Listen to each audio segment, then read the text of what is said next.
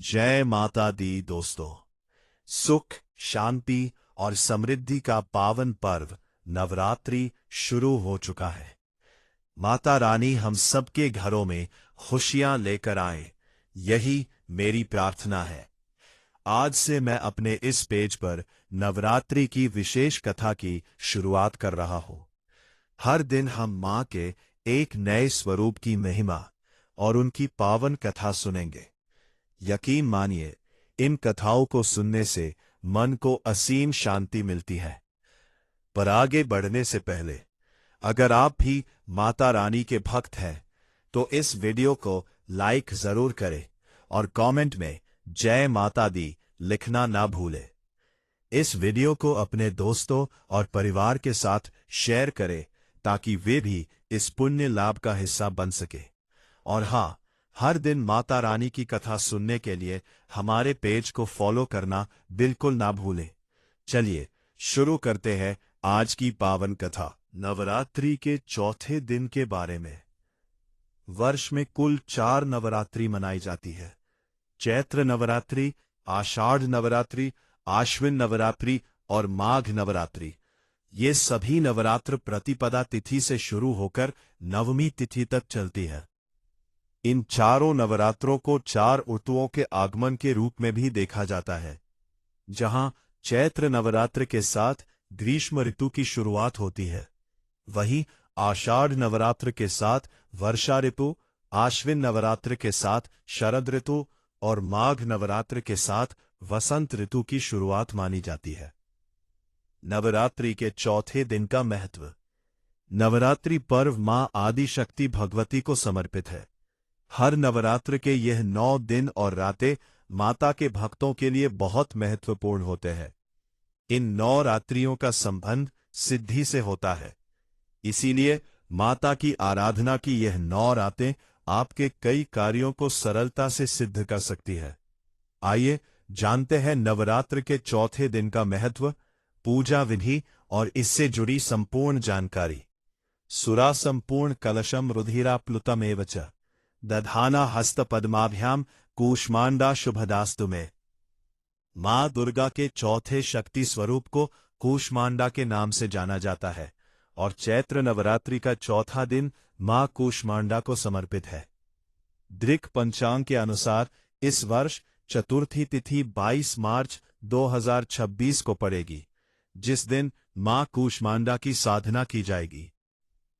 देवी कूष्मांडा सिंह पर सवार रहती हैं और उनकी 8 भुजाएं हैं, इसीलिए उन्हें दुर्गा का अष्टभुजा अवतार भी कहा जाता है।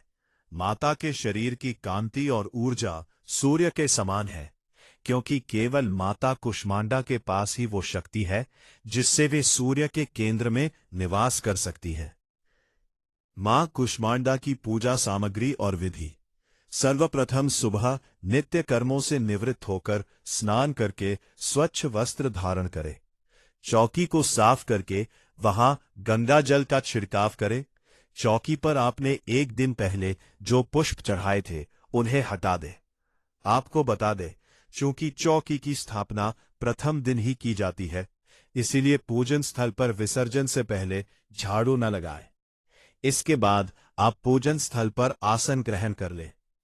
इसके बाद माता की आराधना शुरू करें। सबसे पहले दीपक प्रज्वलित करें। अब ओम गण गणपतये नमः का 11 बार जाप करके भगवान गणेश को नमन करें। इसके बाद अब ओम देवी कूष्मांडायै नमः मंत्र के द्वारा मां कूष्मांडा का आह्वान करें। साथ ही माता को नमन करके निम्नलिखित मंत्र के साथ मां कूष्मांडा का ध्यान करें। प्रथम पूज्य गणेश जी और देवी मां को कुमकुम का तिलक लगाए। कलश, घट, चौकी को भी हल्दी कुमकुम अक्षत से तिलक करके नमन करें। इसके बाद धूप सुगंधी जलाकर माता जी को फूल माला अर्पित करें। आप देवी जी को लाल और पीले पुष्प अर्पित कर सकते हैं। नरवाड़ मंत्र ओम ऐं ह्रीं क्लीं चामुंडाय विच्चे का यथाशक्ति अनुसार 11, 21, 51 या 108 बार जप करें। एक धूपदान में उपला जलाकर पर लोबान, गुग्गल, कर्पूर या घी डालकर माता को धूप दें और इसके बाद इस धूप को पूरे घर में दिखाएं। आपको बता दें कि कई साधक केवल अष्टमी या नवमी पर हवन करते हैं, वहीं कई साधक इस विधि से धूप जलाकर पूरे 9 दिनों तक साधना करते हैं। आप अपने घर की परंपरा या अपनी इच्छा के अनुसार यह क्रिया कर सकते हैं। अब भोग के रूप में मिठाई या फल माता को अर्पित करें। इसके बाद मां कूष्मांडा की आरती गाएं। आप श्री मंदिर पर भी मां कूष्मांडा के दर्शन कर सकते हैं, साथ ही माता की आरती का लाभ भी ले सकते हैं। अब मां दुर्गा की आरती करें। मां अंबे की भी आरती श्री मंदिर पर उपलब्ध है। इस तरह आपकी पूजा का समापन करें। सबको प्रसाद वितरित करके स्वयं प्रसाद ग्रहण करें। मां कूष्मांडा को क्या भोग लगाए? मां दुर्गा के कूष्मांडा स्वरूप की पूजा नवरात्रि के चौथे दिन की जाती है। इस दिन मालपुए का भोग लगाया जाता है।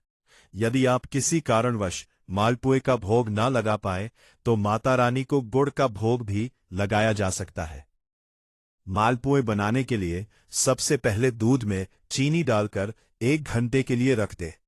इसके बाद एक बर्तन में आटा छानें।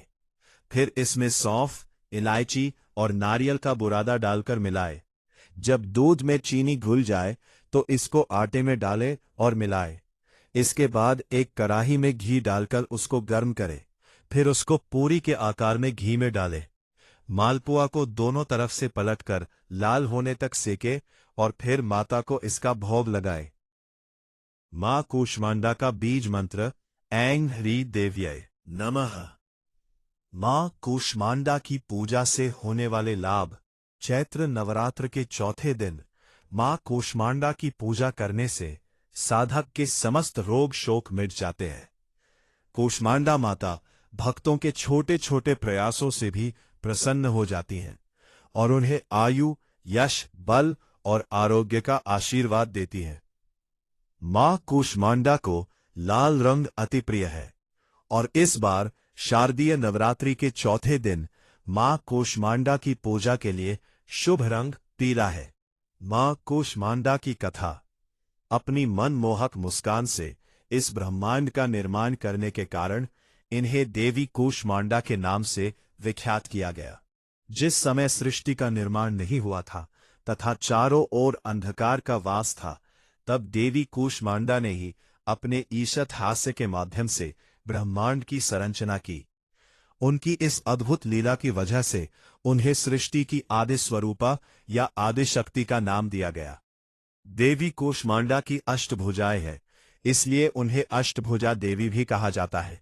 देवी कूष्मांडा अथवा अष्टभुजा के हाथों में क्रमशः कमंडल, धनुष, बाण, कमन पुष्प, अमृतपूर्ण कलश, चक्र तथा गदा है। इसके साथ ही देवी कूष्मांडा के 8वें हाथ में सिद्धियों तथा निधियों को प्रदान करने वाली जपमाला धारण है। देवी कूष्मांडा का प्रिय वाहन सिंह है। देवी कूष्मांडा को कुम्हड़े की बलि अत्यंत प्रिय है। संस्कृत भाषा में कुम्हड़े को कूष्मांड कहते हैं। इस कारण भी देवी को कूष्मांडा कहते हैं। देवी कूष्मांडा का सूर्यमंडल के अंदर लोक में निवास करती हैं।